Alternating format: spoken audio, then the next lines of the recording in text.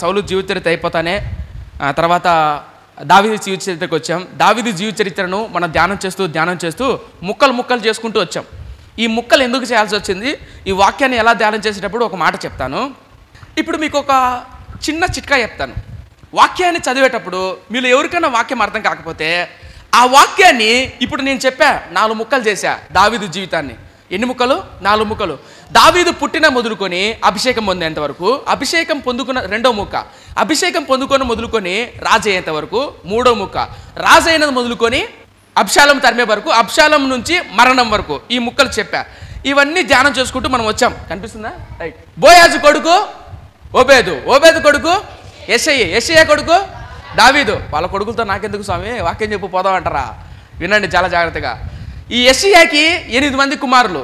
వాస్తవానికైతే ఒక గ్రంథంలో 7 మంది ఉంటుంది, ఒక గ్రంథంలో 8 మంది ఉంటుంది. దానికి కారణం ఏంటంటే బైబిల్ పండితులు ఏమంటారు, చనిపోయి ఉంటాడు ఒక కుమారుడు అనేది. రైట్. మొత్తానికైతే యెషయాకు 8 మంది కుమారులు, 8 మంది కుమారులో చిట్ట చివరి వాడు దావీదు. ఈ దావీదునే దేవుడు ఎన్నుకోవడానికి కారణం ఏంటి అనే విషయం చెప్పా. దావీదు జీవితాన్ని 4 ముక్కలు చేశాం. ఈ 4 ముక్కలు చేసిన తర్వాత దావీదునే దేవుడు ఎన్నుకోవడానికి కారణం ఏంటి అనే విషయం చెప్పా. అట్లా ముక్కలు చేసుకుంటూ వచ్చా. ఇప్పుడు మీకు చిట్కా చెప్తాను. ఈ దావీదు జీవిత చరిత్రనంతటిని బైబిల్లో మనకు అర్థం కాని విషయాలన్నీ మీరు అర్థం చేసుకోవాలంటే ఒక పని చేయండి. ఏంటి ఆ పని అంటే, పౌలు మహాజ్ఞానం కలిగిన వాడు. పౌలు పాత నిబంధన గ్రంథాన్ని అంతా పీల్చి పిప్పి చేసినవాడు. ఎవరు? పౌలు. ఆ పౌలు తిమోతికి ఒక మాట రాస్తాడు. తిమోతి, నువ్వు వాక్యం చదివేటప్పుడు నేను చెప్పినట్టు చదువు. నీ వాక్యం అనే దాన్ని అర్థం చేసుకోవాలనుకో, ఆ వాక్యాన్ని ఎలా చదువుతావంటే, సంఘంలో ఎలా వాక్యాన్ని ప్రకటిస్తావంటే ఇప్పుడు నేను చెప్తాను, అలా చేయన్నాడు. ఆ విషయం ఏంటి అనేది ఇప్పుడు చెప్పమంటారా, జనవరిలో చెప్పమంటారా? ఇప్పుడు ఏమన్నా చూడండి, 1 తిమోతికి రాసిన పత్రిక, 2 తిమోతికి రాసిన పత్రిక. ఆ మాట చెప్పి వెళ్ళిపోతాను. నేను ఎందుకు ముక్కలు చేస్తాను వాక్యాన్ని అర్థమయ్యే దానికోసం అనేదానికోసం మీకు చెప్తున్నాను. 2 తిమోతికి రాసిన పత్రిక 2వ అధ్యాయము. ఒక్క నిమిషం తలలు పెకెత్తండి.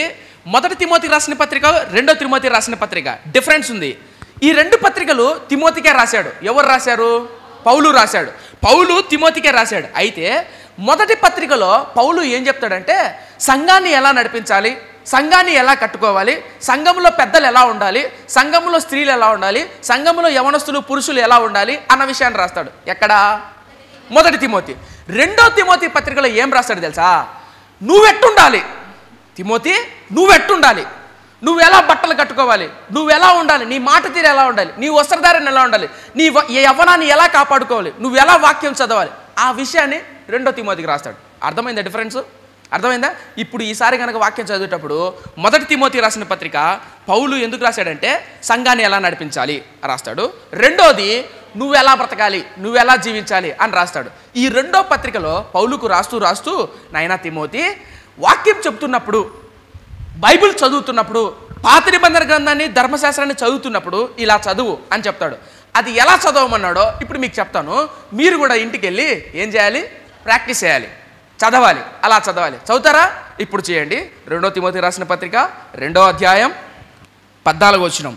వినువారిని చెరుపుటకే గాని మరి దేనికి పనికిరాని మాటలు గూర్చి వాదం పెట్టుకొనవద్దు అని ప్రభు ఎదుట వారికి సాక్ష్యం ఇచ్చుచు ఈ సంగతులను వారికి జ్ఞాపకం చేయము. 15వ వచనం చాలా చాలా చాలా చాలా ఇంపార్టెంట్. 15, దేవుని ఎదుట యోగ్యునిగాను సిగ్గుపడనక్కర్లేని పనివానిగాను సత్యవాక్యమును సరిగా డాష్ ఏంది ఉపదేశించువానిగాను ఉంది కదా. ఈ ఉపదేశకుడు అనే పదం పైన ఒక నెంబర్ ఉంది చూడండి, 3వ నెంబర్ ఉంది. ఆ 3వ నెంబర్ ఏముంది చూడండి.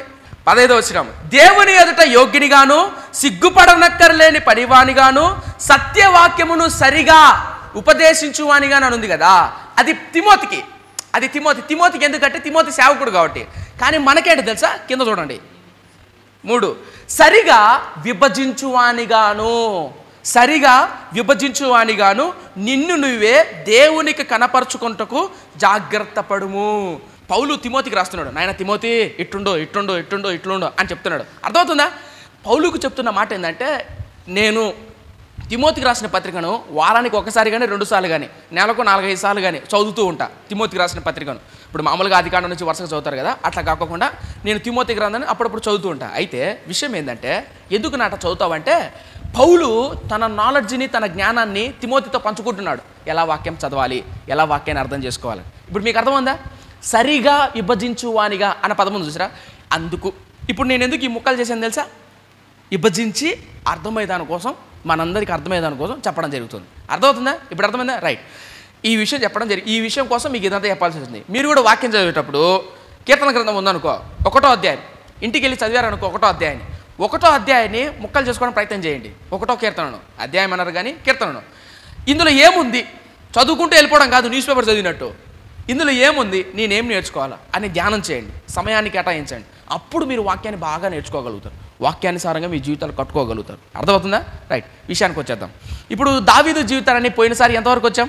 4 ముక్కలు చేశాం. 4 ముక్కల్లో మొదటి ముక్క ఏమని చేసాం? పుట్టుక నుంచి అభిషేకం, ఇది ధ్యానం చేశాం.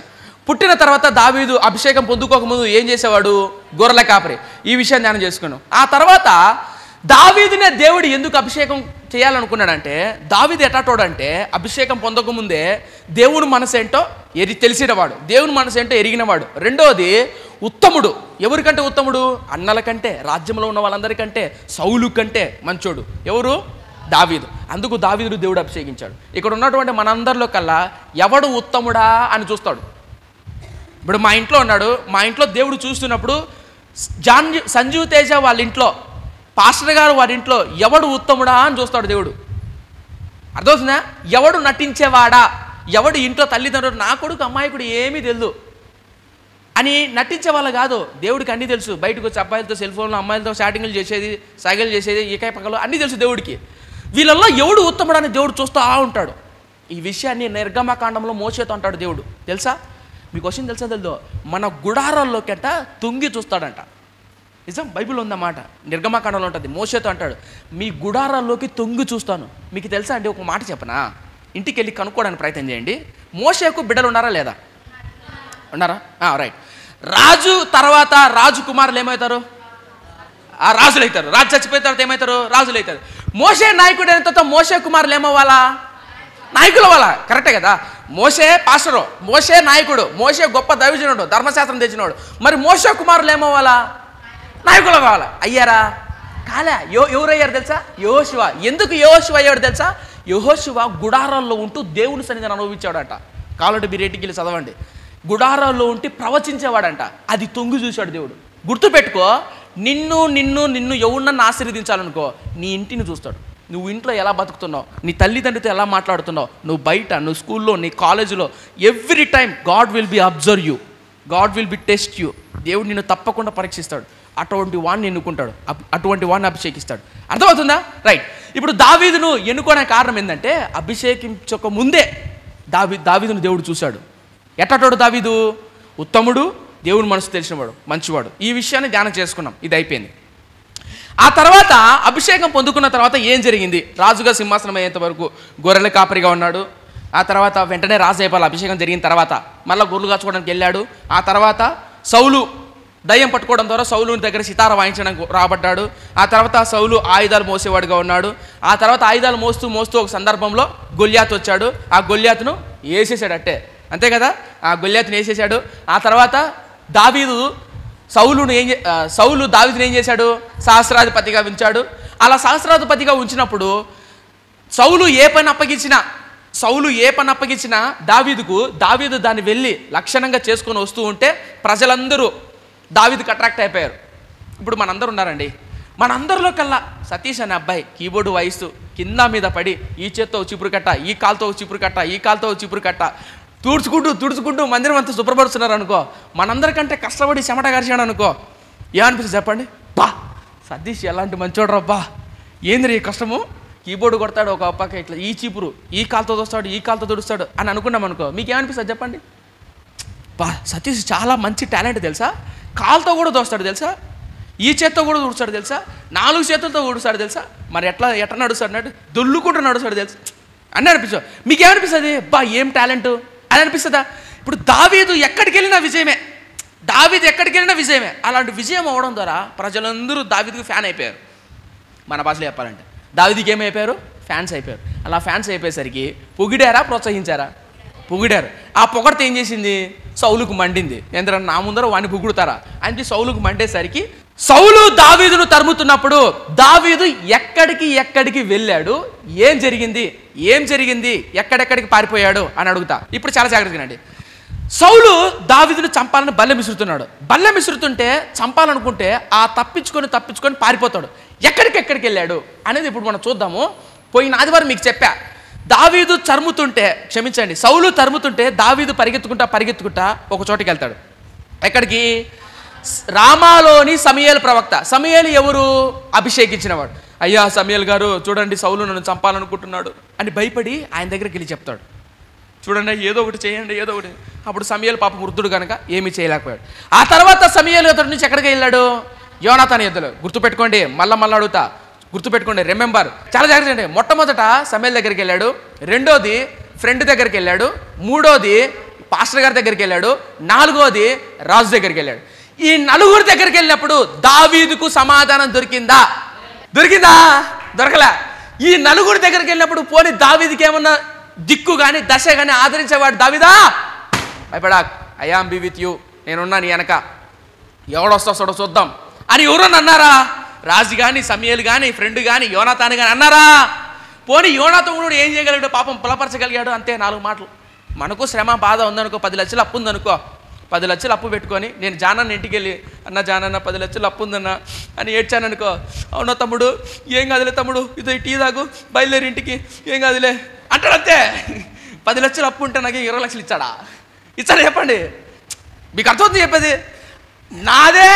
నాదే బాగు పోసుకున్నంతుంది నాయన, నీకేమన్నా సహాయం చేసేది అని అంటారు. ఇసాకన్న ఇంటికి వెళ్ళాడు అనుకో, అన్న ఇసాకన్న 20 లక్షలు అప్పు ఉందని అనుకో, 20 లక్షల తమ్ముడు, ఏం కాదులే అయితే కాఫీ తాగి వెళ్ళిపో ఇంటికి, నేనేం చేయలేను అంటాడు. అంతేనా? కృపాతకి ఇంటికి వెళ్ళాను అనుకో, ఇదో స్పీడ్ తిని బాబు, ఏం చేస్తాం బాబు, ఆయన నాతో పాటు 4 కన్నీళ్ళు గార్చి, దేవుడు చూసుకుంటాను లేనైనా, ఏం కాదు వెళ్ళినైనా అంటారు అంతే. బంధువులు స్నేహితులు చేసే పని అంతే కదా, అంతేనే కదా. సమూయేలు ప్రవక్త అయినా, ఆకీష్ రాజు అయినా, అహీమెలెకైనా ఏం చేస్తారు చెప్పండి? ఇంతే కదా. ఇంకేమైనా చేస్తారా? చేయరు. ఇది దావీదుకు బుద్ధి వచ్చింది. దావీదు 4 చోట్లకి వెళ్ళాడు అనుకుంటాం కదా మనము. నా పక్కింట్లో నా పెదనాన్న ఉంటే, ఈ పక్కింట్లో చిన్నాయన ఉంటే, ముందర నా మరదలు ఉంటే, వెనకాల నా వదులు ఉంటే, ఎవడన్నా మా మీద గొడవకు వచ్చిరా అనుకో, వీళ్ళందరూ వచ్చారా నాతో పాటు, ఎప్పుడు మన బంధువులు నలుగురు నా అనేవాళ్ళు ఉండాలి, నా కులస్తులు ఉండాలి అని చెప్పి మనం ఏం చేస్తామంటే, బంధువులు ఎక్కడ ఉంటారో వాళ్ళ మధ్యలో కొనుక్కుంటాం. ఏంది? ఇల్లు. వాళ్ళ మధ్యలో తీసుకుంటాం ఇంటి బాడిగా. వాళ్ళందరూ పోరు కంటే ముందు మనోళ్ళ పోరు ఎక్కువ ఉంటుంది. వాళ్ళందరూ మోసం చేయడం ఒక లెక్క, మనోళ్ళు మోసం చేయడం ఒక లెక్క. వాళ్ళే మనల్ని మోసం చేస్తారు, వాళ్ళే బల్యాలతో కూర్చో ఉంటారు. పాయింటే కదా, నిజమే కదా. అనుభవించినారా లేదా? మీరు అనుభవించారా లేదు కానీ నాకు తెలియదు, కానీ నా పిల్ల పుట్టిన చూస్తాను ఇటాటి. అంటే మా ఇంట్లో మేము ఏ బంధువులను ఆశ్రయించాం, కానీ బంధువులను ఆశ్రయించి యెహోవాను తిరస్కరించి నరులను ఆశ్రయించేవాడు శాపగ్రస్తుడు అంట, బైబిల్లో ఉంది. దేవుణ్ణి తృణీకరించి, యెహోవాను తృణీకరించి నరులను ఆశ్రయించేవాడు శాపగ్రస్తుడట, బైబిల్లో ఉంది. దావీదుకు బుద్ధి వచ్చింది. నీకు తెలుసా అండి, దావీదుకు దేవుడు నేర్పిస్తున్నాడు. దావీదు, రాజు దగ్గరికి వెళ్ళినా, సమూయేలు దగ్గరికి వెళ్ళినా, నీ ఫ్రెండ్ యోనాతాను ఉన్నాడే, మెడ మీద పడి ముద్దు పెట్టుకున్నాడే, నా ప్రాణంలో నా ప్రాణం, నా చెయ్యిలో నా చెయ్యి అన్నాడే, యోనాతాను, అహీమెలెకు, ఆకీషు రాజు, ఎవ్వడు నిన్ను ఆదరించలేడు. అది బుద్ధి వచ్చింది ఎవరికి? దావీదు. ఆ బుద్ధి వచ్చింది కాబట్టి ఎక్కడ పరిగెత్తాడు తెలుసా? ఒక చోటికి వెళ్ళాడు. అక్కడికి వెళ్ళి ఒక ప్రార్థన చేస్తాడు. ఆ ప్రార్థన ఏంది, ఆ కీర్తన ఏంది అని మనం చూస్తాం ఇప్పుడు. ఓకేనా? ఇప్పుడు మనకు కూడా శ్రమలు బాధలు వచ్చినాయనుకో, బంధువులందరూ వెన్నుపోటు తన్నారనుకో, వెనక నుంచి తన్నారనుకో ఒక తన్ను, అప్పుడు వచ్చారు మందిరానికి, దేవా మోసం చేసినారు ప్రభువా, నమ్మి మోసం చేసి 10 లక్షలు ఇచ్చినా ప్రభువా, నెత్తిన గుడ్డ వేసినాడు ప్రభువా, అప్పుడు వచ్చారు దేవుని సన్నిధికి. అంతేనా? దావీదుకి అలే జరిగింది. దావీదు బంధువులు, చుట్టాలు, నా అనేవాళ్ళు, కన్న తల్లి తండ్రి అన్నలు ఎవ్వరు ప్రోత్సాహం చేయాల, అందరూ మోసం చేశారు. మోసం అనకూడదు కానీ అందరూ విడిచిపెట్టేసినారు. ఇప్పుడు దావీదుకు ఏమీ దోచల. అప్పుడు దావీదు ఒక ప్రాంతానికి వెళ్ళాడు. ఆ ప్రాంతానికి వెళ్ళి ఏం చేశాడు, ఏం ప్రార్థన చేశాడు, ఏ కీర్తన చదివాడు అనే విషయాన్ని ఇప్పుడు మనం చూద్దామా? బైబిల్ తీయండి. 1 సమూయేలు గ్రంథం, book of 1 Samuel 22nd chapter. ఒక్క నిమిషం తలలు పెక్కెత్తండి. లాస్ట్ ఆదివారం, పోయిన ఆదివారం మీకు మాట చెప్పా, దావీదు ఆకీషు రాజు దగ్గరికి వెళ్ళాడు అని. ఆకీషు రాజు దగ్గరికి వెళ్ళి దావీదు ఎలా ప్రవర్తించాడు? వెర్రివాణిగా ప్రవర్తించాడు. అది ఎట్లాగా? ఎంగిలి కార్చుకుంటూ, గడ్డం ఉంటూ, పిచ్చి పిచ్చి వేషాలు వేస్తూ చేస్తున్నాడు. ఎందుకు? భయపడ్డాడు, చంపుతాడేమో అని చెప్పి. ఆ భయపడుతూ ఒక కీర్తన కూడా రాశాడని చెప్పా. ఏ కీర్తన? కీర్తన రాశాడని చెప్పా. ఆ కీర్తనలో ఏం పలికాడు, ఎలా దేవుని మీద ఆధారపడ్డాడు అని కూడా చెప్పా. ఇది అయిపోయిన తర్వాత మనుషులందరూ వెళ్ళిపోయినారు. సమూయేలు, యోనాతాను, రాజు, యాజకుడు వీళ్ళందరినీ పక్కన పెట్టేసి దావీదు ఒక చోటుకు వచ్చాడు. ఒక చోటుకు వచ్చి ఒక వ్యక్తిని ఆశ్రయించాడు. ఒక చోటుకు వచ్చి ఒక ప్రాంతానికి వచ్చి ఆ ప్రాంతానికి వచ్చి ఒక పని చేశాడు. గుర్తుపెట్టుకోండి, ఈరోజు నువ్వైనా నేనైనా బంధువులు, స్నేహితులు, మిత్రులు, నా అన్నవాళ్ళు, తోడబుట్టిన వాళ్ళు ఒకరోజు నిన్ను వదిలిపెడతారు. గుర్తుపెట్టుకో. ఒకరోజు నిన్ను మోసం చేస్తారు. గుర్తుపెట్టుకో. కానీ చిట్ట చివరిగా నిన్ను ఆశ్రయం ఇచ్చేది, చిట్ట చివరిగా నిన్ను ఆదరించేది, ఓదార్చేది, బలపరిచేది ఎవరు తెలుసా? ఇప్పుడు చూడండి. 1 సమూయేలు గ్రంథం 22వ అధ్యాయం 1వ వచనం. దావీదు అక్కడ నుండి బయలుదేరి ఎక్కడి నుండి ఆకీషు రాజు దగ్గర నుంచి బయలుదేరి అదుల్లాము గుహలోనికి, ఏ గుహలోనికి? అదుల్లాము గుహలోనికి తప్పించుకొని పోగా, తర్వాత దావీదు ఎక్కడికి వెళ్ళిపోయాడంటే అదుల్లాము గుహ. ఈ అదుల్లాము గుహ ఏంటో తెలుసా? ఆర్కియాలజీలు ఏమంటారంటే ఇప్పటికీ కూడా యెరూషలేముకు బేర్షెబాకు మధ్యలో సెంటర్లో ఉంటుంది. యెరూషలేముకు బేర్షెబాకు మధ్యలో కొంచెం లెఫ్ట్ సైడు ఈ అదుల్లాము ఫ్రాన్స్ పార్క్ అని ఒక పార్క్ ఉంటుంది అనమాట. పార్కు, ఆ గుహలు ఉంటాయి, అక్కడ ఉంటుంది అనేది చాలామంది అభిప్రాయం. మొత్తానికైతే ఈ గుహ ఎలా ఉంటుందంటే, ఈ గుహ చాలా పెద్దగా, ఇంచుమించు 5,000 చదరాలు కలిగినటువంటి గుహ. అంటే గుహ యెరూషలేములో, యూదా అరణ్యంలో, ఈ ఇశ్రాయేల్ ప్రాంతంలో గుహలు దండిగా ఉంటాయి. ఈ గుహ 5,000 చదరాలు కలిగినటువంటి గుహ. ఆ గుహలో ఇంచుమించు 1000 మంది పడతారంట. 1000 మంది పడతారంట ఆ గుహలో. అలాంటి గుహ అంట. ఆ అదుల్లాము అనే గుహలోకి వెళ్ళిపోతాడు. ఎవరు? దావీదు. ఆ గుహలో ఎవ్వరు ఉండరు. ఇప్పుడు దావీదుకు ఏం చేస్తాడు తెలుసా? గుహలోకి వెళ్ళి ఏం చేస్తాడు తెలుసా? ప్రార్థన చేస్తాడు. ఎక్కడికి వెళ్ళి? అదుల్లాము గుహలోకి వెళ్ళి. ముందు ఎక్కడికి వెళ్ళి ప్రార్థన చేశాడు? సమూయేలు దగ్గరికి వెళ్ళాడు. యోనాతాను దగ్గరికి వెళ్ళాడు. యోనాతాను, చూడరా మీ నాన్నను చంపాలనుకుంటున్నాడు. సమూయేలు గారు చూడండి, సమూయేలు గారు వేసేద్దాం అనుకుంటున్నాడు రాజు అని సమూయేలు దగ్గరికి వెళ్ళాడు. యోనాతాను దగ్గరికి వెళ్ళాడా? రాజు యాజకుడైనటువంటి అహీమెలెకు దగ్గరికి వెళ్ళాడు. కత్తిని నమ్ముకున్నాడా? గొల్లియాతును నమ్మిన కత్తిని నమ్ముకున్నాడు. ఆకీషు రాజు దగ్గరికి వెళ్ళాడు. అన్నీ అయిపోయినాయి. అన్నీ అయిపోయిన తర్వాత గుహలోకి వచ్చాడు. గుహలోకి వచ్చి ప్రార్థన చేస్తున్నాడు. దేవా, ఈ ప్రార్థన ఇంపార్టెంట్. 142వ కీర్తన. ఈ టైంలో రాశాడు ఆ కీర్తన. 142వ కీర్తన తీయండి. 142వ కీర్తన. అప్పుడు ఏ ప్రార్థన చేశాడు? ఇప్పుడు మనం కూడా ఆ సిచ్యువేషన్లో ఉంటే మనం ఎలాంటి ప్రార్థన చేస్తాం? ఇప్పుడు చూడండి, దావీదు ఆ టైంలో ఏం ప్రార్థన చేశాడు? 142వ కీర్తన పైన పుటవచనంలో ఒక మాట ఉంటుంది. ఏంది? చదవండి. గుహలో ఉన్నప్పుడు దావీదు చేసిన ప్రార్థన. ఏ గుహలో? అదుల్లాము గుహలో. ఈ ఆకీషు రాజు, సమూయేలు, యోనాతాను, అహీమెలెకు అందరూ అయిపోయారు. ఇక గుహలోకి వచ్చి ఇంక మోకాళ్ళ మీద పడి అప్పుడు చేసుకుంటున్నాడు ప్రార్థన. ఆ ప్రార్థన ఏంది? ఇప్పుడు చూడండి, చదవండి. 142వ కీర్తన 1వ వచనం. నేను వెలుగెత్తి యెహోవాకు మొరలెడుచున్నాను, ఎలుగెత్తి యెహోవాను బతిమాలుకొనుచున్నాను. బహు వినయముగా ఆయన సన్నిధి నేను మొరపెట్టుచున్నాను. నాకు కలిగిన బాధ ఆయన సన్నిధిని తెలియజెప్పుకొనుచున్నాను. ఇప్పుడు దాకా మనోడు ఎవరు చెప్పుకున్నాడు? ఇప్పుడు దాకా దావీదు తన బాధ, తన సమస్య ఎవరెవరికి చెప్పుకున్నాడు అంటనా? సమూయేలుకు చెప్పుకున్నాడు, ఫ్రెండ్ యోనాతానుకు చెప్పుకున్నాడు, అహీమెలెకు చెప్పుకున్నాడు. ఆకీషు రాజు చంపుతాడేమో, ఆకీషు రాజును ఆశ్రయించాడు అనుకున్నాడు. కానీ ప్లేట్ తిరగబడిపోయింది. మనుషులను ఆశ్రయించాడా? వాళ్ళందరి దగ్గరికి వెళ్ళి చెప్పుకున్నాడు. ఏంటి సమస్యలో? గుర్తుపెట్టుకో, మీ సమస్యలు వెళ్ళి పక్కింటోడు చెప్పుకున్నావు అనుకో, బాగా వింటాడు. ఇన్నంతకాలం వింటాడు. వాడు మైకి విడి చెప్తాడు అందరికీ. తర్వాత దావీదుకి అర్థమైపోయింది, ఒరే నా జీవితంలో ఎవరికి చెప్పుకున్న విషయం లేదురా. అందుకు గుహల మోకాళ్ళ మీద పడి అంటున్నాడు. చదవండి, చూడండి. నాకు కలిగిన బాధ ఆయన సన్నిధిని తెలియజెప్పుకొనుచున్నాను. 3వ వచనం. నాలో నా ప్రాణం కృంగి ఉన్నప్పుడు నా మార్గం నీకే తెలియను. నన్ను పట్టుకొనుటకై నేను నడవలసిన త్రోవలో చాటుగా పగవారు ఉరినొడ్డి ఉన్నారు. 3వ వచనం చూడండి ఒకసారి, మళ్ళీ చదువుతాను. నాలో నా ప్రాణము కృంగి ఉన్నప్పుడు నా మార్గము నీకే తెలియను. కనిపిస్తుందా?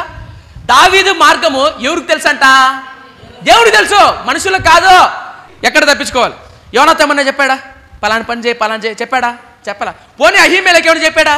చెప్పలా. పోనీ ఆకీషు రాజు ఏమైనా చెప్పాడా? ప్రాణం మీదకి వచ్చింది. దావీదు అదుల్లాము గుహల మోకాళ్ళ మీద పడి ప్రార్థన చేస్తున్నాడు. ఏమని? ప్రభువా, నా మార్గం నీకే తెలుసయ్యా. మీరు ఎప్పుడన్నా చేశారా ప్రార్థన? బంధువుల దగ్గరికి వెళ్ళి అన్నా అప్పు అయిపోయిందన్నా, బిడ్డ జీవితం పాడైపోయిందన్నా, ఏం చేయమంటావన్నా అంటే, అవునా అన్నా, అయిపోయిందా, ఏం చేద్దాం అంటాడు. ఇట తిరిగి కావాలి నా కొడుక్కి, కావాలి నా కొడుకు అంటారా? అంటారు నిజం. అట్ట తిరుగుతారు ఎన్నికి. మీరు అట్ట బయటికి దాడతారు, ఏమో కాఫీ పట్టరేట, నీకు తెలుసా పక్కింటాడు పోయిందంట, అయిపోయిందంట. నిజం. ఏం చేయాలో చెప్పరు మనుషులు. అన్న బిడ్డ జీవితం పాడైపోయిందా, కూతురు జీవితం, కొడుకు జీవితం పాడైపోయిందా, భయపడద్దన్నా, ఏం చేయాలో నేను చెప్తాను, ధైర్యంగా ఉండ అంటారా? అనరు. దేవుడు ఏమంటాడు తెలుసా? దావీదు ఏమంటాడు తెలుసా? నా మార్గం ఏంటో, నా భవిష్యత్తు ఏంటో నీకు తెలుసాయ్యా. అందరూ మనల్ని వదిలేసినప్పుడు దయచేసి ఇప్పుడన్నా రియలైజ్ అవ్వండి, ఇప్పుడన్నా బుద్ధి తెచ్చుకొని దేవుడి సన్నిధికి రండి. ఇప్పుడన్నా ఒంటరిగా మోకాళ్ళ మీద పడి, ప్రభువా నా భవిష్యత్తు నీకు తెలుసు, నా మార్గం ఏంటో నీకు తెలుసు, దావీదులాగా ప్రార్థన చేయండి. ఇలా ప్రార్థన చేసినందుకు ఏం జరిగిందో తెలుసా? చెప్తా. ఇలా ప్రార్థన చేసినందుకు ఏం జరిగిందో చెప్తా. ఎలా జరిగాడు, ఎలా అద్భుతంగా దేవుడు వాడుకున్నాడో, ఎలా అద్భుతంగా దావీదును దేవుడు వాడుకున్నాడో చెప్తా. చాలా జాగ్రత్తగా. ఇప్పుడు దావీదు ఏమైనా ప్రార్థన చేస్తున్నాడు? నా మార్గం నీకే తెలియదు, నా మార్గం నీకే తెలియను ప్రభువా. దావీదు మార్గం సమయాలకు తెలీదా? తెలీదు. యోనాతానికి తెలీదు. నా తమ్ముళ్ళు అప్పుడప్పుడు వచ్చి అంటారు, అన్న దేవుని చిత్తం ఎట్టగనుకోవాలన్నా నాకు చెప్పు, నేనేం చేయాలి చెప్పను అంటారు. ఒరే నీ చిత్తం నేనట్టు చెప్తారా? నిన్ను పుట్టించింది నేనా? ఏమన్నా తల్లి గర్భంలో నిన్ను పుండంగా రూపొందించింది నేనా? నీ సృష్టించిన సృష్టికర్తను అడగాల. నిన్ను సృష్టించిన భగవంతునితో సమయాన్ని గడుపు, భగవంతుని దగ్గరికి వెళ్ళి మోకాళ్ళ మీద పడో అని చెప్తాను నేను నా తమ్ముళ్ళకు. అప్పుడు చెప్తాడు దేవుడు, ఎట్టన్నా నేను ప్రార్థన చేసిన 5 నిమిషాలు, 5 నిమిషాలు తెచ్చా వచ్చేసా, 10 మా వాళ్ళు చదువుతారులే, ఒక 5 నిమిషాలు గట్టిగా ఒక మూలం కూర్చొని సామెతల గ్రంథం చదువుతారు, అట్ట ఇట్ట తిరిగేస్తారు, ఇంకంతే. కుదరదు. దేవుని సన్నిధిగా దావీదు మోకాళ్ళ మీద పడి అదుల్లాము గుహలో గడిపాడు. నా మార్గం నీకు తెలియదు ప్రభు, నా మార్గం నీకు తెలుసు ప్రభు. మిత్రమా అడగండి ప్రభు సన్నిధిలో, పొద్దున సాయంత్రం, ప్రభువా నా బిడ్డల జీవితం ఏంటి, నా భవిష్యత్తు ఏంటి ప్రభువా, తెలియజేయ ప్రభువా. అడగండి. తప్పకుండా నీకు తెలీదు ఎలా నిన్ను నడిపిస్తాడో చెప్తా. చూడండి ఎలా దావీదు నడిపించాడో. తర్వాత ఏం చేశాడు ప్రార్థన చూడండి, మనం చేయాల్సిన ప్రార్థన. 142వ కీర్తన తర్వాత ఏం చేశాడు? 3వ వచనం 142 3వ వచనం. నాలో నా ప్రాణం కృంగి ఉన్నప్పుడు నా మార్గము నీకు తెలియను, నన్ను పట్టుకొనుటకై నేను నడవలసిన త్రోవలో చాటుగా పగవారు ఊరినొడ్డి ఉన్నారు. 4వ వచనం. నా కుడి ప్రక్కన నిదానించి చూడుము, నన్ను ఎరిగిన వాడు ఒక్కడు లేకపోయాను. ఈ మాట చదివినప్పుడు చాలా బాధ అనిపిస్తుంది నాకు. ఎందుకు తెలుసా? నన్ను ఎరిగిన వాడు, నా బాధ, నా గుండె కోత అర్థం చేసుకునేవాడు ఒక్కడు లేడయ్యా. అభిషేక్ ఇచ్చిన సమయాలకు కూడా అర్థం కావట్లే నా బాధ ఏందో. నా స్నేహితుడు యోనాతానుకు అర్థం కావట్లే, యాజకుడికి అర్థం కావట్లే. అయ్యా ఒక్కడు లేడయ్యా అంటున్నాడా? నిజమే. రాత్రులు నువ్వు ఒంటరిగా మోకాళ్ళ మీద పడి, రాత్రులు పడక మీద పడుకుని నిద్ర రాదు, ఏడుపు తప్ప. పిల్లల భవిష్యత్తు ఏంటో, నా భవిష్యత్తు ఏంటో అని బాధ. మీరు ఎప్పుడైనా అనుభవించారట? నేను అనుభవించాను. ఏం తమ్ముడు నీకు కూడా పెళ్ళి బిడ్డలు ఉన్నారా అంటారేమో. నా బిడ్డలు లేరు, కానీ నా భవిష్యత్తును గురించిన చింత, సేవ గురించినటువంటి బాధ, సేవను గురించి, పరిచర్య గురించినటువంటి భారం నాలో ఉన్నప్పుడు, రాత్రులు నిద్ర రాక అటు ఇటు తునుకులాడుతూ, నిద్ర రాక కన్నీటి గుండా వెళ్ళినప్పుడు, మీరు నమ్మరో, భవిష్యత్తును గురించి భయపడినప్పుడు చెమట కారిపోయేది నాకు. ఇట్లా వణికేది నా శరీరం. పడక మీద పడుకున్నప్పుడు వణికి చెమట అంతా కారిపోయేది. నిజం చెప్తున్నా. తడిచిపోతే ఆ టీషర్ట్ మార్చి మళ్ళీ వేరే టీషర్ట్ వేసుకొని పడుకునేవాడిని. నిద్ర వచ్చేది కాదు. ఆ మోకాళ్ళ మీద పడి, ప్రభువా ఏంటి ప్రభువా నా భవిష్యత్తు, ఏడ్చేవాడిని, బాధ పెట్టేవాడిని. నమ్మండి, ఇప్పుడు నాకు ఆ చింత లేదు, భవిష్యత్తును కూడా చింత లేదు. నాకున్నల్లా చింత అంట, నా బాధ్యత అంట, నా దేవుని సేవ ఎలా చేయాలి, ఎలా నా తండ్రి చిత్త. అది ఎలా వచ్చింది తెలుసా? మోకాళ్ళ మీద పడి అదుల్లాము గుహలో దావీదులాగా నువ్వు కూడా ప్రార్థన చేస్తే, నువ్వు కూడా ఆ విధంగా ఆధారపడితే, ఏ విధంగా? నన్ను ఎరిగిన వాడు ఒక్కడు లేడు, నా భవిష్యత్తు ఎంతో, నా మార్గం ఏంటో తెలిసిన వాడు ఒక్కడు లేడు ప్రభువా. మరి తెలిసింది ఎవరికి? దేవుడికి. నేను అదే అంటా నా తమ్ముళ్ళతో, నీ భవిష్యత్తు, నీ మార్గము, నీ గతము సమస్తము తెలిసిన వాడు భగవంతుడు, నిన్ను సృష్టించిన వాడు కదా. కరెక్టే కదా. దావీదు వచ్చాడు అన్నాడు. తర్వాత ఇంకేం ప్రార్థన చేసి చూడండి, ఏమని ప్రార్థన చేశాడు? 4వ వచనం. నా కుడి ప్రక్కన నిదానించి చూడము, నన్ను ఎడిగిన వాడు ఒక్కడు నాకు లేకపోయాను, ఆశ్రయమేది నాకు దొరకలేదు. ఉందా? నా ఎడల జాలిపడువాడు ఒక్కడు లేడయ్యా. ఏమి ప్రార్థన అండి ఇది. చూడండి ఏం ప్రార్థన, అద్భుతమే కదా. దావీదుకు బుద్ధి ఎందుకు నడిపించాడు తెలుసా? దేవుడు నేర్పిస్తున్నాడు. దావీదో నువ్వు రాజైనా భవిష్యత్తులో ఎప్పుడే కానీ గుర్తుపెట్టుకో, మనుషుల మీద ఆధారపడద్దు, మనుషులు కాదు నిన్ను ఆదరించేదే, నా కుడి పక్కన చూడు ప్రభువా ఒక్కడు కూడా అంటున్నాడులే దావీదు. నేను అన్నమాట కాదు, దావీదు రాసుకుంటున్నాడు. దావీదు గుండె లోతుల్లోంచి వచ్చిన కీర్తన అది. దావీదు గుండె అంతరంగాల్లో వచ్చిన వేదన, బాధ. ఆ బాధ మీరు ఎప్పుడన్నా చేశారు ఇట్లాంటి ప్రార్థన? మీరు ఎప్పుడన్నా చేశారు ఇట్లాంటి ప్రార్థన? మీరు కనుక ఇలాంటి సిచ్యువేషన్లు వెళ్తే ట్రై చేయండి. ఏంటి ఇలాంటి ప్రార్థన? మోకాళ్ళ మీద పడి మీ ఇంట్లో మోకాళ్ళ మీద పడి, ప్రభువా నన్ను అడిగినవాడు ఒక్కడు లేడు ప్రభువా, నన్ను ఆదరించేవాడు జాలి పడేవాడు ఒక్కడు లేడు ప్రభువా. ట్రై చేయండి, ప్రార్థన చేయండి. ఇలాంటి ప్రార్థన నమ్మండి, ఇలాంటి ప్రార్థన చేసి చూడండి, అద్భుతంగా దేవుడు నడిపిస్తాడు. ఇలాంటి ప్రార్థన దావీదు చేశాడు. ఏం జరిగిందో చెప్తా. ముందు ఈ వచనాలను చదివేద్దాం. చూడండి, తర్వాత 5వ వచనం, 4వ వచనం. నా కుడి పక్క నిదానించి చూడుము, నన్ను ఎరిగినవాడు ఒక్కడు లేకపోయాను, ఆశ్రయం ఏది నాకు దొరకలేదు, నా ఎడల జాలిపడువాడు ఒక్కడు లేడు. 5వ వచనం, యెహోవా నీకే నేను మొరపెట్టుచున్నాను, నా ఆశ్రయ దుర్గము నీవే, సజీవులున్న భూమి మీద నా స్వాస్థ్యము నీవే. నేను అనుకుంటుని నేను చాలా కృంగి ఉన్నాను, నా మొరకు చెవియొక్కుము. నన్ను తరుము వారు నాకంటే బలిష్ఠులు, వారి చేతిలో నుండి నన్ను తప్పించు ప్రభువా, విడిపింపు. నేను నీ నామమునకు కృతజ్ఞతాస్తుతులు చెల్లించినట్లు చెరసాలలో నుండి నా ప్రాణము తప్పింపు. అప్పుడు నీవు నా మహోపకారివై చేసి ఉండుట చూచి నీతిమంతులు నన్ను బట్టి అతిశయించురు. ఏం ప్రార్థన అండి ఇది! గుండె లోపల వచ్చింది, ప్రభువా ఒక్కడు లేడు ప్రభువా, సజీవులు ఉన్న భూమి మీద అందరూ మనుషులే. ఇప్పుడు అందరూ మనుషులే అండి. పక్కింటోడో ఇరిగింటోడో కృంగిపోయి ఉంటే, బాధలో ఉంటే ఆదరిస్తారా? రారు. వస్తారా? సజీవులమే అందరము, మనుషులమే అందరము, కానీ ఆదరిస్తాము చెప్పండి? ఈరోజు టీవీ ఛానల్స్ కానీ సోషల్ మీడియా కానీ ఇంకా దారుణం. ఆ హీరోల గురించి వాళ్ళు విడిపోయింది ఒక లెక్క అయితే, దాని మీద ఇంకా 4 పుకార్లు పోసి ఇంకా గుండెల్లో గుణపార్లు బొత్తుతూ ఉంటారు.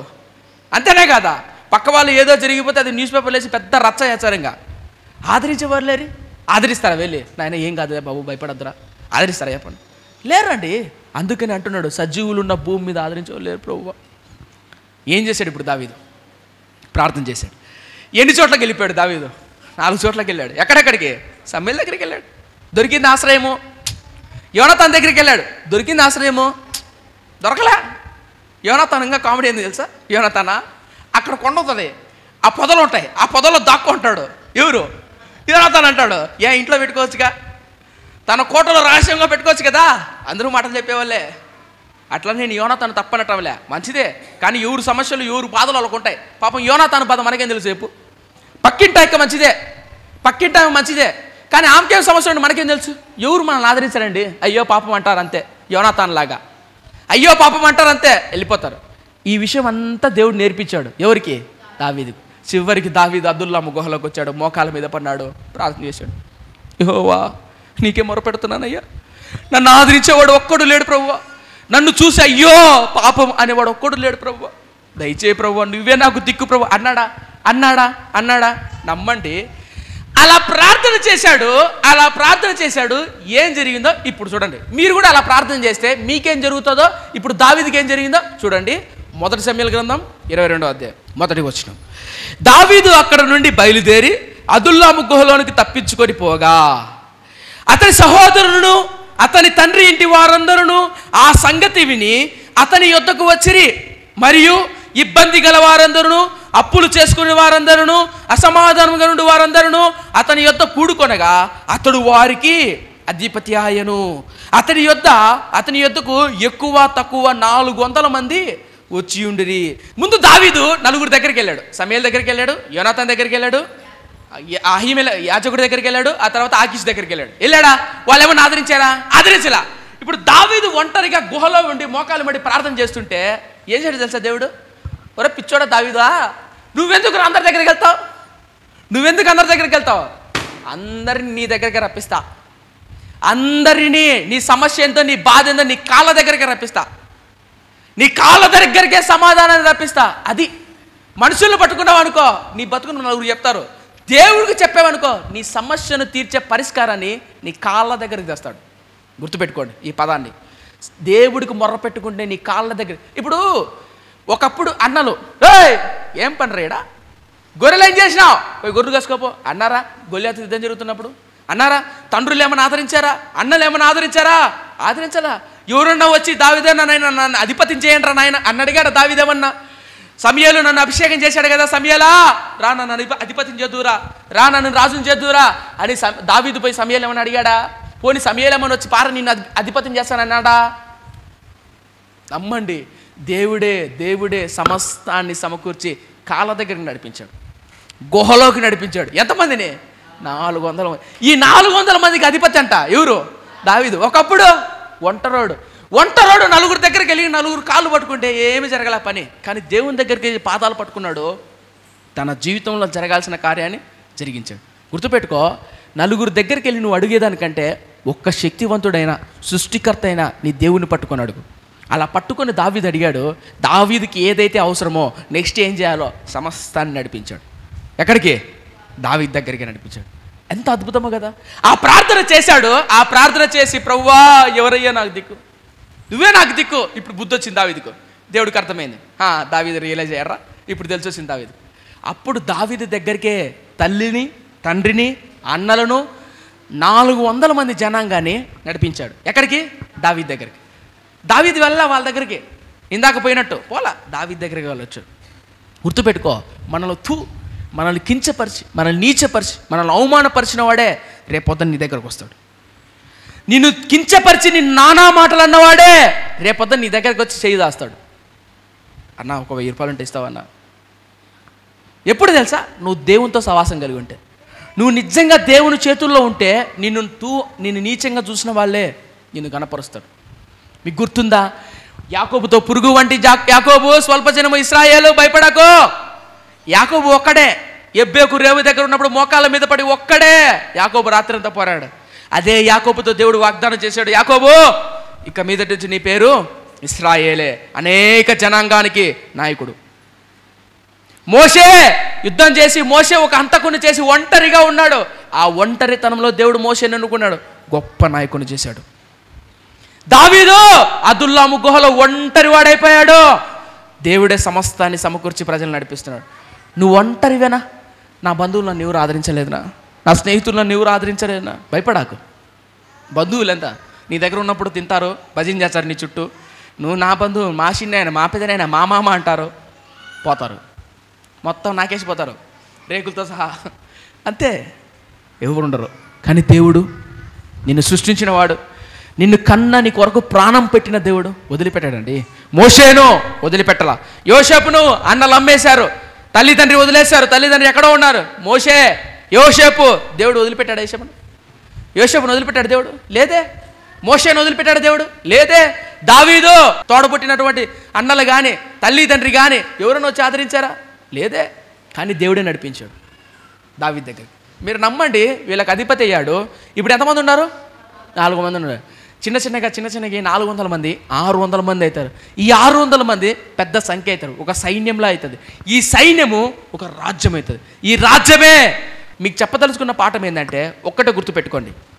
మామ తరుముతుంటే దావీదు పరిగెత్తుకుంటా మనుషులను ఆశ్రయించాడు, ప్రయోజనం లేదు. శ్రమ, బాధ, అనారోగ్యం, అప్పుల బాధ, ఇరుకు, సమస్య, యవ్వనస్తులు మీ జీవితాల్లో ఎప్పుడైనా సరే మనుషులతో పరిగెత్తాకండి. నీ జ్ఞానాన్ని, నీ తెలివిని, నీ డబ్బును మా నాన్న బాగా ఉండేటోడండి, ఎంతైనా చదివిస్తాడు, ఎంతైనా మా నాన్న పెట్టుబడి పెడతాడు అనుకోబాకండి. మీ నాన్న కూడా కొంతకాలమే. మీ నాన్న, మీ తల్లి తండ్రి, నిజం చెప్తున్నా, మీ నాన్న, నీ తల్లి తండ్రి కానీ కొంతకాలమే. కట్టుకున్న భార్య అయినా, కట్టుకున్న భర్త అయినా కొంతకాలమే. ఎవరైనా గ్యారెంటీ ఇవ్వగలరా? మీరు ఎవరైనా అగ్రిమెంట్ రాయిస్తారా? ఇవ్వలేరు. కానీ నిన్ను సృష్టించిన వాడు మాత్రం, నిన్ను కన్నవాడు మాత్రం, నిన్ను తయారు చేసిన వాడు మాత్రం చిరకాలం ఉంటాడు, నీతో వెళ్ళాడు. అదే విషయాన్ని దావీదుకు దేవుడు నేర్పించాడు. అదుల్లాము గుహలో మనుషుల మీద ఆధారపడద్దండి. మనుషుల మీద ఆధారపడి దేవుని విసర్జించాడు. దావీదుకి అర్థమైంది, అందుకని మొరపెడుతున్నాడు దావీదు. ఇంకో కీర్తన కూడా రాస్తాడు ఇదే గుహలో ఉండి. అది ఎప్పుడైనా సమయం అయిపోతుంది, నేను చెప్పలేను, ఎప్పుడైనా ఇంకోసారి చెప్తా. కీర్తన గ్రంథం గురించి ధ్యానం చేసేటప్పుడు ఒక్కొక్క కీర్తన ఎంతమంది రాశారు, ఎప్పుడెప్పుడు రాశాడు, ఎలాంటి సిచ్యువేషన్ రాశాడు అప్పుడు చెప్తాను. వాస్తవానికి అయితే మీకు చెప్పదలుచుకున్న ఒకే ఒక విషయం, దేవుని మీద ఆధారపడండి. ఎవరి మీద ఆధారపడాలా? దేవుని మీద ఆధారపడ. దేవుడే దిక్కు, దేవుడే దశ అని ఎంతమంది అయితే ఆయన మీద ఆధారపడతారో అంత అద్భుతం. మీకు తెలిసే తెలుదో, దావీదు చేసినటువంటి కీర్తనలో అదుల్లాము గుహలో చేసినట్టు ఈ ప్రార్థన చాలా ఫేమస్. తెలుసా మీకు? చాలా ఫేమస్. ఇలాంటి ప్రార్థనలు ఇంకా చాలా చేశాడు దావీదు. అయితే మీకు చివరికి ఈ మాట చెప్పి ముగించేస్తాను. దావీదు దగ్గరికి 3 రకాల జాతులు వచ్చారు. 3 రకాల జాతులు. వాళ్ళు ఎవరెవరంటే, అప్పుల్లో ఉన్నవారు, క్షమించండి, ఇబ్బందులో ఉన్నవారు, అప్పులు చేసిన వారందరూ, అసమాధానంగా ఉన్నవారు. 2వ వచనం, మొదటి సమూయేలు గ్రంథం 22వ అధ్యాయం 2వ వచనం. మరియు ఇబ్బంది గల వారందరూ, అప్పులు చేసుకుని వారందరూ, అసమాధానముగా ఉండిన వారందరూ అతని యుద్ధ కూడుకొనగా అతడు వారికి అధిపతి ఆయను. దావీదు దగ్గరికి 3 రకాల జాతులు వచ్చారు. 3 రకాలు ఎవరెవరు అంటే, ఇబ్బందులు ఉన్నారు, రెండోళ్ళు అప్పులు చేశారు, మూడోది అసమాధానం. ఈ 3 జాతి ప్రజలు ఎవరు? ఇశ్రాయేలులే. వాస్తవానికి ఇశ్రాయేలు పరిపాలిస్తుంది ఎవరు? సౌలు. ఇశ్రాయేలును పరిపాలిస్తున్న సౌలు రాజ్యాన్ని చక్కగా పరిపాలిస్తుంటే రాజ్యం ఎందుకు అప్పుల పాలవుతుంది? నీకు అర్థం చెప్పేది? ఎందుకు అసమాధానం వచ్చింది? ఎందుకు ఇబ్బంది పాల్పడుతున్నారు? ఎవరు? ప్రజలు. పరిపాలించాల్సిన రాజు రాజ్యాన్ని చక్కగా పరిపాలించక తన స్వార్థం చూసుకుంటున్నాడు. దావీదును చంపడానికి పరుగులు తీస్తాంటే ఇంకా రాజ్యాన్ని ఎక్కడ పరిపాలించగలరు చెప్పండి? కక్షలు కార్పణ్యాలు పెట్టుకుంటే ఇచ్చిన బాధ్యతలను ఎక్కడ పరిపాలించగలరు చెప్పండి? అంతేనే కదా. యజమానుడైనటువంటి సౌలు చక్కగా ఉంటే ఈ ప్రజలు వెళ్ళి దావీదు పక్షాన చేరే వాళ్ళ? కరెక్టే కదా నేను చెప్పేది. నిజంగా భార్యకు భర్త అయినటువంటి నువ్వు చక్కగా నీ భార్యను చూసుకుంటే భార్య ఇంకొక తప్పు చేయగలదా? ఎన్ని కుటుంబాలు పాడవట్లా? ఎంతమంది భార్యలు, ఎంతమంది భర్తలు అలా చెడిపోయే వాళ్ళు, పిల్లలు చెడిపోయే లేరా? తండ్రిగా తల్లిగా నీ బిడ్డలు నువ్వు పట్టించుకోకపోతే నీ బిడ్డలు చెడిపోయినప్పుడు నెత్తి కొరుకుంటే ఏం ప్రయోజనం? నెత్తి నోరు కొట్టుకుంటే ఏం ప్రయోజనం అంటున్నా? కరెక్టే కదా, అవునా కదా, వాస్తవమా కదా? ఎంతమంది బిడ్డలు చెడిపోయిన లేరట? పొద్దున పోతే రాత్రి వచ్చారు, తల్లి కానీ తండ్రి కానీ. బిడ్డలు తిన్నారా, తినలేదా, ఎవరితో తిరుగుతున్నారు, ఎక్కడ తిరుగుతున్నారు, ఏం చేస్తున్నారు అడుగుతారా? పట్టించుకుంటే కదా. సౌలు రాజు అయినప్పుడు ప్రజలు ఎలా ఉన్నారో? ప్రజలు ఇబ్బంది పాలున్నారా? ప్రజలు అప్పుల్లో ఉన్నారా? ఎందుకు ఈ అప్పులు వచ్చాయి? ఎందుకు అసమాధానం ఉంది నా రాజ్యంలో అని రాజు పరిపాలించుకుంటే, రాజు చక్కగా ఉండగలిగితే ఇవన్నీ వచ్చాయా? రాజు పతనం అయిపోయాడు. గుర్తుపెట్టుకోండి, తల్లిగా తండ్రిగా నువ్వు ఎప్పుడైతే పతనం అయిపోతావో, ఎప్పుడైతే దేవుని చిత్తానుసారంగా నడవడం పక్కన పెడతావో, నీ బాధ్యతలను పక్కన పెట్టేస్తాడు. పరిచారకుడువైనా సరే నీ తలాంతులను, నీకు ఇచ్చిన బాధ్యతలను చక్కగా నిర్వర్తించకపోతే తన్ని పక్కన పెడతాడు దేవుడు నిన్ను. మరలా చెప్తున్నా, తన్ని పక్కన పెడతాడు. నిజం. సోమరే, ఏదిరా నీకు ఇచ్చిన తలాంతు? ఏం లేదా, నువ్వు భయంకరుడు అని భూమి తవ్వి పాతి పెట్టా. ఆ తలాంతు తీసుకొచ్చి ఇంకొకడికి ఇచ్చే. ఎవరికి? 5 తలాంతులు కలిగిన వాడికి ఇచ్చాడా? ఏమని కనికరించి ఇయ్యచ్చుగా, ఇయ్యలా. సౌలు సరిగా పరిపాలించకపోతే అదే సౌలు రాజ్యాన్ని ఎవరికి ఇచ్చాడు? దావీదుకి ఇచ్చాడు. సొలొమోను, ఆ తర్వాత సొలొమోను, రెహబాము కూడా 2 రాజ్యాన్ని 12 గోత్రాలు ముక్కలైపోతాయి. కారణం ఏంటో తెలుసా? సరిగా పరిపాలించకపోవడం. తండ్రి అయిన సొలొమోను విగ్రహారాలు పెట్టడం వల్ల. మీకు అర్థమవుతుంది చెప్పేది? తల్లిగా తండ్రిగా మీరు ఓడిపోయారనుకో, మీ కుటుంబం ఓడిపోతుంది. గుర్తుపెట్టుకోండి ఎప్పటికీ. పరిచారకుడిగా, సేవకుడిగా, పరిచారకుడిగా నువ్వు ఓడిపోయావనుకో, పరిచర్య ఓడిపోతుంది. ఓడిపోవడమే కాదు, నీ దగ్గర నుంచి ఆ బాధ్యతను తీసి ఏం చేస్తాడు చెప్పు? దేవుడు ఇంకొకడికి ఇచ్చేస్తాడు. వాడుకోలేదు. నాకు ఆశ్చర్యం అనిపించేది అంటే, చాలామందికి మంచి టాలెంట్స్ ఉంటాయి, మంచి తలాంతులు ఉంటాయి, కానీ తగిన విధంగా వాడబడలేరు. కారణం ఏంటి? కొంతమందికి దేవుడు మంచి తలాంతులు ఇచ్చేటారు, కొంతమంది మంచి బాధ్యతలు ఇచ్చేటారు, కొంతమంది మంచి పరిచారకురాలుగా, కుటుంబంలో తల్లిగా తండ్రిగా, కానీ చక్కగా నిర్వర్తించలేరు. కుటుంబాలు పతనం అయిపోతుంటాయి. ఎందుకంటే వాళ్ళ స్వార్థం కోసం వాళ్ళు చూసుకుంటారు. నాకు తెలిసిన ఒక కుటుంబం ఉంది, వాళ్ళకి ఎవరైనా ఒక జిలేబీ ఇచ్చినారనుకో, ఆ జిలేబీని కుటుంబం అంతా పంచుకుంటారు. జిలేబీ ఎంత ఉంటుంది? ఆ కుటుంబంలో మళ్ళీ ఇద్దరు ముగ్గురు కాదు, 7 మంది 8 మంది ఉంటారు. ఆ 8 మంది ఒక జిలేబీని ఆ కుటుంబం అంతా పంచుకుంటారు. నిజం. వడ ఇచ్చామనుకో, ఆ వడ అందరూ పంచుకొని తింటారు. అన్నం తినేటప్పుడు అందరూ కూర్చొని తింటారు. ప్రార్థన చేసుకునేటప్పుడు రాత్రి అయితే సాయంత్రం అందరూ కూర్చొని ప్రార్థన చేసుకుంటారు. నిజం. ఆ కుటుంబము అన్నాతమ్ములు ఇప్పటికి కలిసి ఉన్నారండి. ఎంతమంది బిడ్డలు? నాకు తెలిసి 7-8 మంది బిడ్డలు. 7-8 మంది బిడ్డలు. వారి ఇంట్లో గొడవలు రాలే. ఇప్పుడు భార్యాభర్త ఇద్దరే తన్నుకు సచ్చ అంటారు. అంటే భార్యాభర్త ఇద్దరే ఉండేది, కొట్టుకొని సచ్చ అంటారు. వాళ్ళ మధ్యలో రోకలు కూడా పెట్టామనుకో, ఏచ్చరం ఎట్టేటు. ఇది ఇద్దరే. కారణం ఏంటి తెలుసా? లేదు ఆ సమాధానం, ఆ బాధ్యత లేదు. నిజంగా సౌలు ఆ బాధ్యతతో అసమాధానం లేదంట రాజ్యంలో. అసమాధానం ఉంది. ఆ పదము అసమాధానమును, ఇబ్బందుల్లో ఉన్నవారు, అప్పుల్లో ఉన్నవారు. ఎందుకు వచ్చింది ఆ సమస్య? ఎందుకు వచ్చింది ఆ బాధ? అప్పుడప్పుడు మా తమ్ముడు, 2 తమ్ముళ్ళు ఒకళ్ళే చెప్పనులే, ఒరే ఏమన్నా తీసుకురా పాల ప్యాకెట్ అంటే, పాల ప్యాకెట్కి మా నాన్న 60 రూపాయలు 70 రూపాయలు ఇచ్చాడు అనుకో, 100 రూపాయలు ఇచ్చాడు అనుకో, ఒక పాల ప్యాకెట్ తెచ్చాడు. తెచ్చిన తర్వాత 3 లేస్ ప్యాకెట్లు తెచ్చాడు. 3 లేస్ ప్యాకెట్లో 2 లేస్ ప్యాకెట్లు బయట తినేసాడు మట్టంగా. 3 దుడుచుకొని బయట తీసి బయట వారేస్తాడు. ఒకటి తెచ్చాడు, ఆ ఒకటి తెచ్చాడు. నా ఇద్దరు అంటాడు, బా ఏం తమ్ముడు, ఏం ప్రేమరా నా తమ్ముడికి అని చెప్పి నేను దాన్ని చూసి వాని కళ్ళ చూస్తా, ఏం తెచ్చిండాడు, ఒకటే తెచ్చిండాడు, ఒకటేనేమో పాపం అని చెప్పి అది వాడికి ఇంట్లో 3 పంచుకొని తిందాం. తిని బయటకు వచ్చాం కదా, బయటకు వస్తే బయట 2 లేస్ పేపర్లు ఉంటాయి, బయట 2 ప్యాకెట్లు ఉంటాయి. అది చెప్పండి నాకు. ఇది కాదు స్వార్థం లేని మనస్తత్వం. నేనంట ఒరే ఏంటి ఏమన్నా తెలీదు నా అయ్యి నిన్నటి ఏమన్నా అంట అవి తీసాను అనుకో ఫ్రెష్గా ఉంటాయి, దాంట్లో పొడి కూడా అట్టే ఉంటుంది. ఒరే అట్టే కాదు, ఎప్పుడైనా హ్యాపీ బిస్కెట్ ప్యాకెట్లు కుర్కురేలు ఏం తెచ్చాడు మట్టంగా బయట తినేస్తాడు, ఒకటి తెచ్చాడు లోపలికి, ఆ ఒకటి నా చేతిలో పెడతాడు. అది నేను ఎందుకు మాట చెప్తానంటే, స్వార్థం మనలో వచ్చిందనుకో, స్వార్థం మనలో పెట్టరేగిందనుకో అసమాధానం వస్తుంది, సమాధానం కోల్పోతాం. అంతెందుకు మీరు ఇంట్లో ఉన్నారు, మీ బిడ్డలకు ఒకరికి ఇవ్వకుండా చూడండి. ఆ పిల్లడు వాడు ఈ పక్కన నోట్లో లాలీపాప్ పెట్టుకుంటాడు, ఈ పక్క కురుకురు పెట్టుకుంటాడు, ఆయన ఏడుస్తూ అంటాడు, వాడు ఏడుస్తూ అంటాడు, ఎన్ని ఇచ్చినా సరిపోవాడికి. ఇప్పుడు ఇంట్లో ఒక పిల్లడికి ఒకటి ఇచ్చి మిగతా వాళ్ళకి ఇవ్వకుండా ఇవ్వద్దండి. ఏం చేస్తారు చెప్పండి, పిల్లలు దొల్లి ఏడుస్తారు. సమాధానం ఉంటుందా? ఉండదు. అదే మీరు సమానంగా పంచండి, బిడ్డలకు సంతోషంగా ఉంటారు, వాళ్ళని సంతోష పెట్టండి. రాజ్యంలో కూడా రాజు అయినట్టు సౌలు సమానంగా రాజ్యాన్ని పరిపాలిస్తే ఎందుకు సమాధానం?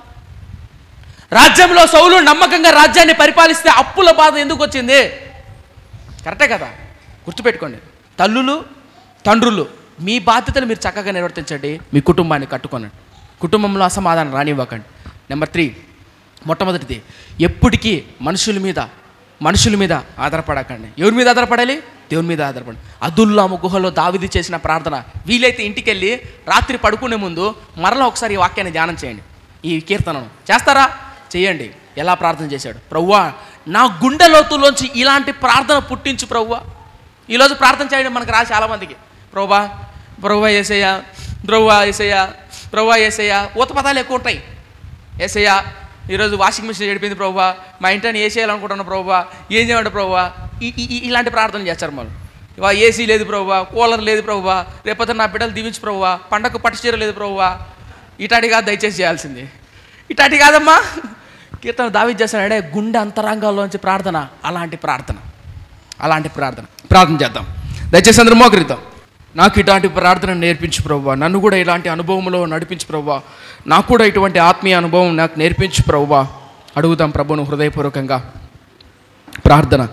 పరిశుద్ధుడైన నా కన్న తండ్రి, కృప కలిగిన ఆయన, దయగల మా దేవా, దావీదు తన జీవితంలో ప్రభువా మనుషులను ఆశ్రయించాడు, ఎక్కడ తనకు ఆశ్రయం ఏమీ దొరకలేదు.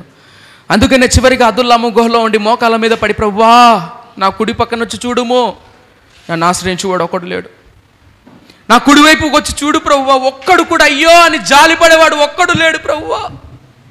నా ఆశ్రయము నీవే ప్రభువా, నేనే నీకు మొరపెట్టుచున్నాను ప్రభువా, నీకే మొరపెట్టుచున్నాను ప్రభువా. ఎంత అద్భుతమైన ప్రార్థన ప్రభువా. ఇటువంటి లోతైన ఆత్మీయ అనుభవం కూడా నన్ను నడిపించు ప్రభువా. ఇటువంటి లోతైన ఆత్మీయమైన పాఠాలు నాకు నేర్పించు ప్రభువా. దావీదు నీ సన్నిధిలో మోకాళ్ళ మీద పడి అదుల్లాము గుహలో ప్రార్థన చేశాడు. తనకేదైతే కావాలో తల్లి తండ్రి అన్నలు ఒక జనాంగాన్నే అతని యొద్దకు నడిపించావు, నువ్వే అతని అధిపతిగా చేసావు. సమూయేలు చేయలేదు, తల్లి తండ్రి చేయలేదు, యాజకుడు అహీమేలకు చేయలేదు, ఆకీషు చేయలేదు, యోనాతాను స్నేహితుడు చేయలేదు. చేసింది ఎవరో తెలుసా? దేవుడు అయిన నీవే ప్రజలందరినీ అతని యొద్దకు నడిపించావు, నీవే ప్రజలందరినీ అతని యొద్దకు నడిపించావు. నిజమే ప్రభువా, నాకున్న సమస్యలు, నాకున్న బాధలు మనుషులు తీర్చలేనివి. నా కుటుంబం, నా బిడ్డల జీవితాన్ని, నా పిల్లల నా భవిష్యత్తును ఈ పరిచర్యను కట్టగలిగే సమర్థుడు నీవేనయ్యా. నీవే నన్ను ఆదరించు వాడెవడు లేడు ప్రభు. ఎంతమంది అయితే నాయన ఇక్కడ మోకరించి హృదయపూర్వకంగా అడుగుతున్నారో నీ బిడ్డలకు కక్షాన్ని జ్ఞాపకం చేసుకో. అలాంటి ప్రార్థన, అలాంటి ఆత్మీయ అనుభవం, అలాంటి ప్రార్థనతో గుండె లోపల నుంచి వచ్చే ప్రార్థన నీ బిడ్డలకు నేర్పించు, నాకు నేర్పించు. నీ దయగలిగిన అసలు మా భవిష్యత్తును జీవితాన్ని అప్పగించుకుంటూ నజరేయుడైన యేసయ్య నామమున అడిగి వేడుకుంటున్నాం మా కన్న తండ్రి. ఆమేన్.